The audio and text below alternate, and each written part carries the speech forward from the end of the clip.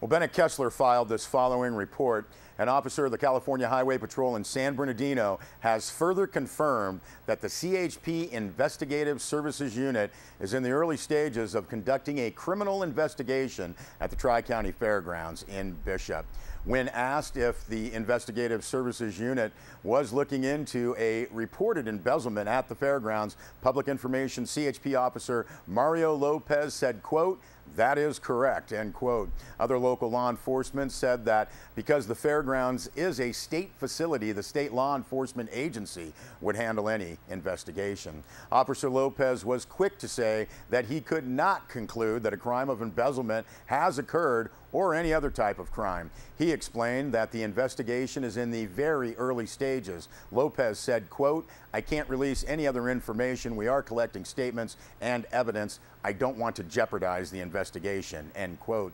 Officer Lopez said once there is more concrete evidence, he can release it. And he did confirm that the CHP investigative unit has the power to file criminal charges if they are warranted. Now, Sierra Wave Media called the fairgrounds office for comment on Tuesday. Sierra Wave asked for manager Rebecca Bragdon, and we're told that she no longer works at the fairgrounds. The person who answered the phone said the fairgrounds had no comment on this time. Sierra Wave Media did place a call to Fair Board official Sam Dean and have not yet heard back. Well, Bennett Kessler also filed this story. This is another embezzlement case. Former Inyo Health and Human Services Supervisor Don D. Rossi and her husband Kenneth Rossi are now scheduled for a settlement conference the week of September 4th and a preliminary hearing the week of September 29th. The Rossis face the primary charge of embezzlement of $1.5 million in welfare money.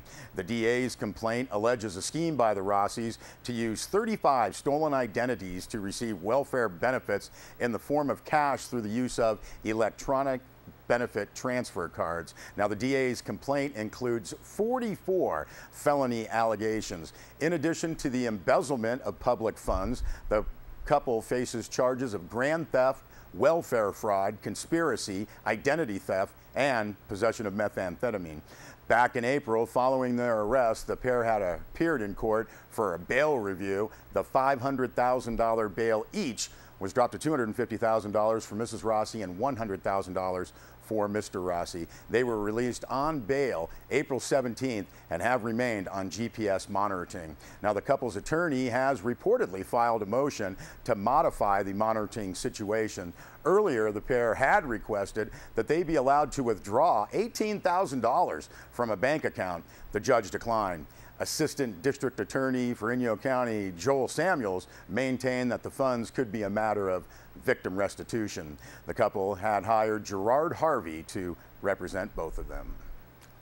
Well, Bennett Kessler also filed this report. Tuesday, Los Angeles Department of Water and Power commissioners approved a proposed agreement with the Mono Lake Committee, Cal Trout, and California Fish and Wildlife for restoration work on Mono Basin streams. Now, you can check out the Mono Lake Committee's comments at their website, monolake.org, and go to our website, sierrawave.net, for the LADWP news release. The agreement now goes to the State Water Resources Control Board for approval and inclusion in an amended water diversion license to Los Angeles. Now, the agreement says LADWP will build modifications to the spillway at Grant Lake Dam, which will allow higher water flows into Rush Creek and is expected to create deep pools for trout as well as improved stream habitat. Now, the agreement says the annual supply of water from LA from the Mono Basin will be maintained at current levels with the agreement of new flow releases. Now, all have agreed to a one-time export for LA